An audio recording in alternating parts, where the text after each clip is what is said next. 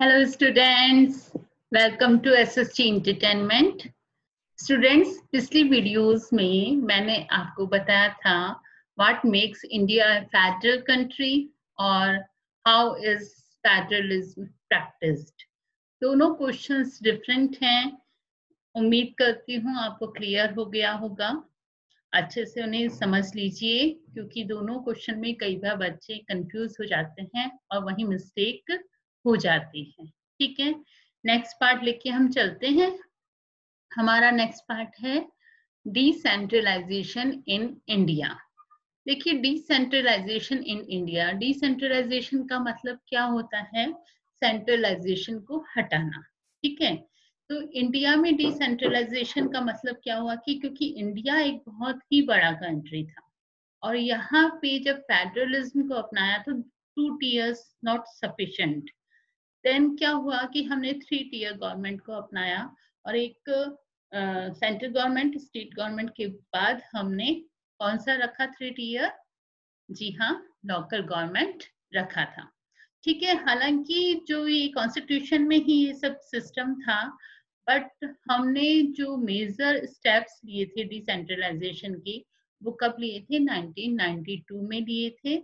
और उसके बाद हमने 3 tiers गवर्नमेंट को भी पावर दे दी थी। ठीक है, तो लेट्स हम इसको अच्छे से समझते हैं। We noted above that federal government have 2 or more tiers of governments. हम जानते हैं कि फेडरल गवर्नमेंट में 2 या 2 से ज्यादा टीयर्स होते हैं गवर्नमेंट्स की। We have so far discussed the 2 tier of government in our country, but a vast country like India cannot be run only through these 2 tiers. क्योंकि इंडिया एक बहुत ही बड़ा कंट्री था, इस वजह से यहाँ पे 2 tier गवर्नमेंट से इंडिया को रन करना सफिशिएंट नहीं था। States in India are as large as independent country of Europe. India के जो स्टेट्स थे बच्चों, वो इतने बड़े थे कि यूरोप के एक एक कंट्री के बराबर इंडिया के स्टेट्स को हम कह सकते हैं। यदि हम पॉपुलेशन की उससे देखें, in terms of population, Uttar Pradesh is bigger than Russia, Maharashtra is about as big as Germany.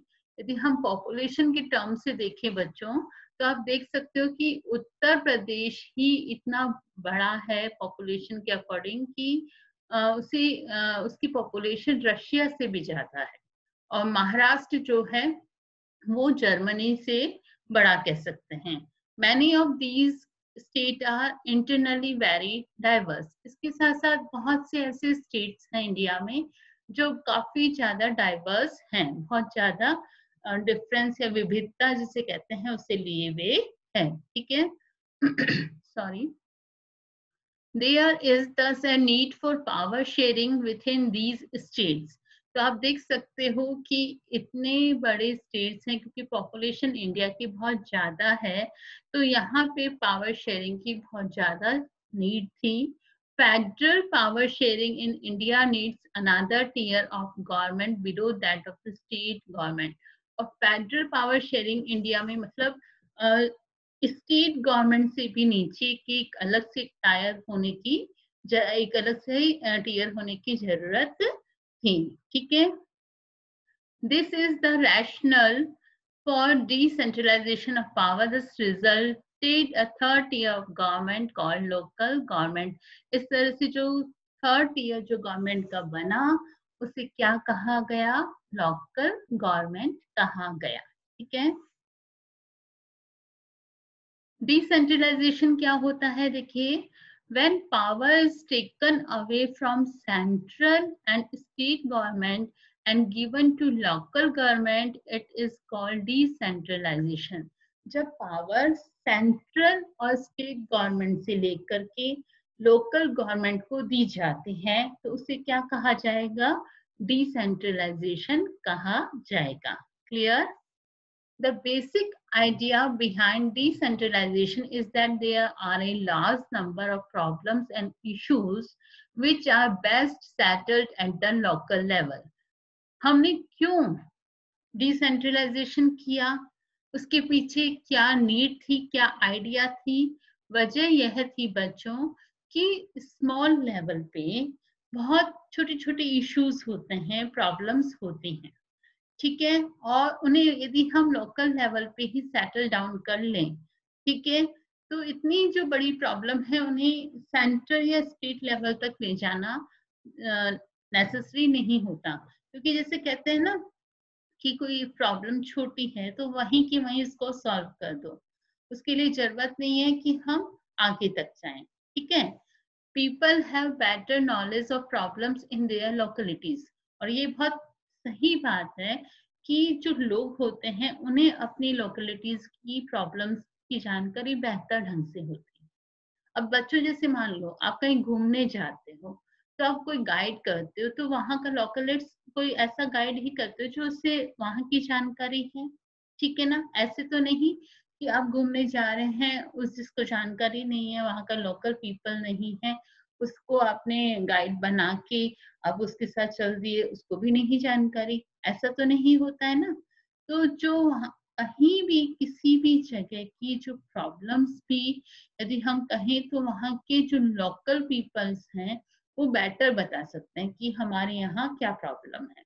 अब सपोज करो कि सब कुछ सेंटर को दे दिया जाए, और सेंटर क्या करेगा कि मान लो ऐसी जगह पे जाके डैम बना दे जहाँ पे डैम बनाने की नीड ही नहीं हो, वहाँ रोड बनाने की नीड हो, लेकिन सेंटर को वहाँ की लोकल जो प्रॉब्लम्स है उसके बारे में पता नहीं होगा, ठीक है। उसने तो एक डैम बनाने का है प्रोजेक्ट साइन कर दिया और कह दिया कि सब जगह कर दो, तो वैसा तो नहीं हो सकता ना। तो इसलिए लोकल प्रॉब्लम्स के लिए वहाँ की जो पीपल्स हैं वो ही ज्यादा अच्छे से बता सकते हैं, और उन्हें लोकल लेवल पे ही सेटल्ड किया जाए तो ज्यादा बेटर रहता है। इसी वजह से हमने डिसेंट्रलाइजेशन के बारे में सोचा था, ठीक है। They also have better ideas on where to spend money and how to manage things more efficiently. उन्हें बहुत अच्छे से आइडियाज होते हैं कि वो कैसे जो है कहाँ मनी को स्पेंड करना है और किस तरह से जो है एफिशिएंटली थिंग्स को जो है मैनेज करना है। Beside, at the local level, it is possible for the people to directly participate in decision making. Local level पे ही क्या हो सकता है, ये पॉसिबल होता है लोगों के लिए कि वो डायरेक्टली पार्टिसिपेट कर सकते हैं, लोग भी डायरेक्टली लोगों के से कांटेक्ट में आ सकते हैं और अपनी कम्युनिकेशन कर सकते हैं, उन्हें अपनी प्रॉब्लम्स को बता सकते हैं। ऐसा तो नहीं है कि एक जो है गांव का बंदा वो डायरेक्टली पीएम से मिलेगा, ऐसा तो नहीं हो सकता है ना। पीएम ही डायरेक्टली उससे उसकी प्रॉब्लम पूछे और सॉर्ट आउट करे, दिस इज नॉट पॉसिबल ना। तो इसलिए लोकल लेवल पे बंदे एक दूसरे से क्या है इजीली कांटेक्ट में आ सकते हैं, उनका कम्युनिकेशन इजीली हो सकता है, ठीक है, समझ रहे हो ना। ठीक है, तो यही एक बेसिक आइडिया था। This helps to inculcate a habit of democratic participation. इससे क्या होता है, डेमोक्रेटिक पार्टिसिपेशन भी बढ़ता है, ठीक है।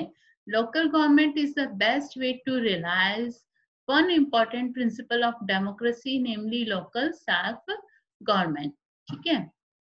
तो लोकल गवर्नमेंट ही एक तरह से बेस्ट वे होता है, ये रियलाइज कराता है कि जो डेमोक्रेसी की जो प्रिंसिपल है क्या, लोकल सेल्फ गवर्नमेंट, उसको लोकल गवर्नमेंट ही अच्छे से उसको हम डिफाइन कर सकते हैं, ठीक है। The need for decentralization was recognized in our constitution since then. There have been several attempts to decentralize power to the level of village and towns. हालांकि बच्चों क्या था कि हमारे कॉन्स्टिट्यूशन में भी डिसेंट्रलाइजेशन की नीड को रिकॉग्नाइज किया गया था। मतलब ये नहीं है कि एकदम से हमने डिसेंट्रलाइजेशन को अपना लिया, ऐसा नहीं था। हमारे कॉन्स्टिट्यूशन में भी इसके बारे में बताया था। और since then there have been several attempts to decentralize power to the level of village and towns. Village और टाउन तक हमने बहुत सी ऐसी किए थे पंचायत वगैरह बनाकर के कि जिससे क्या हमने डिसेंट्रलाइजेशन किया था। पंचायत इन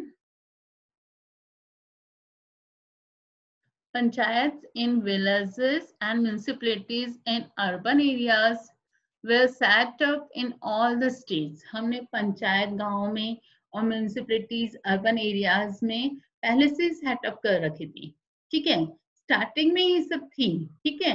बट प्रॉब्लम क्या थी बच्चों की, स्टार्टिंग से ही हमने पंचायत और अर्बन एरियाज में म्यूनिसिपैलिटीज वगैरह दी थी, बट डायरेक्टली उनपे जो कंट्रोल किसका रहता था, स्टेट गवर्नमेंट का रहता था। उनके पास रेवेन्यूज नहीं होते थे, उनके पास पावर नहीं होती थी। तो एक तरह से वो एक नाम की थी गवर्नमेंट, उसका जो है पूरा टोटली कंट्रोल स्टेट गवर्नमेंट का होता था। उनके लिए कोई इलेक्शंस रेगुलरली नहीं होते थे। तो एक तरह से वो जो डिसेंट्रलाइजेशन था वो जो है कंप्लीटली सक्सेसफुल नहीं था, या कह सकते हैं कि डिसेंट्रलाइजेशन के ऊपर क्वेश्चन मार्क था। उसे हम डिसेंट्रलाइजेशन नहीं कह सकते, क्योंकि हमने डिसेंट्रलाइजेशन तो क्या होता है कि जो सेंट्रल स्टेट से पावर क्या लोकल गवर्नमेंट को दी जाए, उसे डिसेंट्रलाइजेशन कहेंगे ना, ठीक है ना। तो हमने लोकल गवर्नमेंट तो बना दी, बट हमने उसको पावर नहीं दे रखी थी। तो एक्चुअली जो डिसेंट्रलाइजेशन वो स्टार्ट कब हुआ, 1992 में, ठीक है। But these were directly under the control of the state governments. Elections to these local government were not held regularly. Local government did not have any power or resources of their own. Thus, there was very little decentralization in effective terms. तो इसीलिए बच्चों मैं कह रही हूँ, आपको बता रही हूँ कि देखिए कि जो उन्होंने हमारे कॉन्स्टिट्यूशन में जो सिस्टम कर रखा था, तो उसमें जो पंचायत और म्यूनिसिपैलिटीज वगैरह वो सब स्टार्टिंग से स्टेट गवर्नमेंट के कंट्रोल में थे। इलेक्शंस जो है लोकल गवर्नमेंट्स का रेगुलरली नहीं होता था, और साथ में उनको जो रिसोर्सेज नहीं दे रखे थे, उनके पास रेवेन्यू सिस्टम नहीं था। तो इस हिसाब से जो डिसेंट्रलाइजेशन इफेक्टिव नहीं था, या बहुत ही लिटिल इफेक्टिव हम कह सकते हैं। लिटिल इसलिए कहेंगे कि हमने उसको जो है एक तरह से कई ब्रांचेस में डिवाइड कर दिया, बट जो है उसको इफेक्टिव नहीं कह सकते हैं, क्योंकि जब तक पावर नहीं है तो उसका सही ढंग से यूज नहीं हो सकता है। क्लियर, ठीक है। अब देखिए बच्चों, नेक्स्ट एक यहाँ से एक बहुत मेन क्वेश्चन बनता है, major steps towards decentralisation was taken in 1992। देखिए 1992 में मेजर स्टेप्स लिए गए थे डिसेंट्रलाइजेशन के। तो यहाँ से डायरेक्ट क्वेश्चन आपका आ जाता है कि what was the major steps towards decentralisation was taken in 1992। तो डायरेक्ट क्वेश्चन है और इसके जो पॉइंट्स हैं एकदम क्लियर हैं, उन्हें समझा देती हूँ। बहुत ही अच्छे पॉइंट्स हैं एनसीईआरटी के। और स्टूडेंट्स प्लीज मेरी रिक्वेस्ट है, क्योंकि मैंने एनसीईआरटी इसीलिए ली क्योंकि एनसीईआरटी की कुछ लाइंस बहुत ही अच्छी है, और ये नहीं कह रही कि आप इन्हें रटो, ऐसा मैं नहीं कह रही। बट क्या है, आप मेरे वीडियोस को बार बार देखेंगे, मैं एनसीईआरटी से स्टडी करा रही हूँ, तो उन सेंटेंस को आप बार बार रिकॉल करेंगे, तो वो सेंटेंस ऑटोमेटिकली आपके माइंड में सेट हो जाएंगे। और जब आप उन सेंटेंस के साथ अपने आंसर को लिखते हैं, तो आपका आंसर बहुत ही इफेक्टिव होगा। इसीलिए मैं एनसीईआरटी को लेकर के आपको वीडियो एक्सप्लेन कर, ठीक है ना, समझ में आ रहा है ना। तो ये देखिए, the constitution was amended to make the third tier of democracy more powerful and effective. तो जब हमने 1992 में मेजर स्टेप्स लिए थे और कॉन्स्टिट्यूशन को अमेंडेड किया था, उसके बाद से जो हमारा थर्ड टियर है वो ज्यादा पावरफुल और इफेक्टिव हो गया था। कैसे हुआ था? Firstly, now it is constitutionally mandatory to hold regular elections to local government bodies. अब क्या हुआ कि ये मैंडेटरी कर दिया गया था कि अब लोकल गवर्नमेंट बॉडीज को रेगुलर इलेक्शंस करने होंगे, ठीक है। Seats are reserved in the elected bodies and the executive heads of those institutions for the scheduled castes, scheduled tribes and other backward classes. जो seats हैं वो क्या किए, रिजर्व कर दिए गए हैं। किन के लिए कर दिए गए reserve? Schedule caste, schedule tribes और जो ओबीसी यानी अदर बैकवर्ड क्लासेस के लिए जो है हमारे पंचायत में म्यूनिसिपैलिटीज वगैरह में सीट्स क्या कर दी गई, रिजर्व कर दी गई।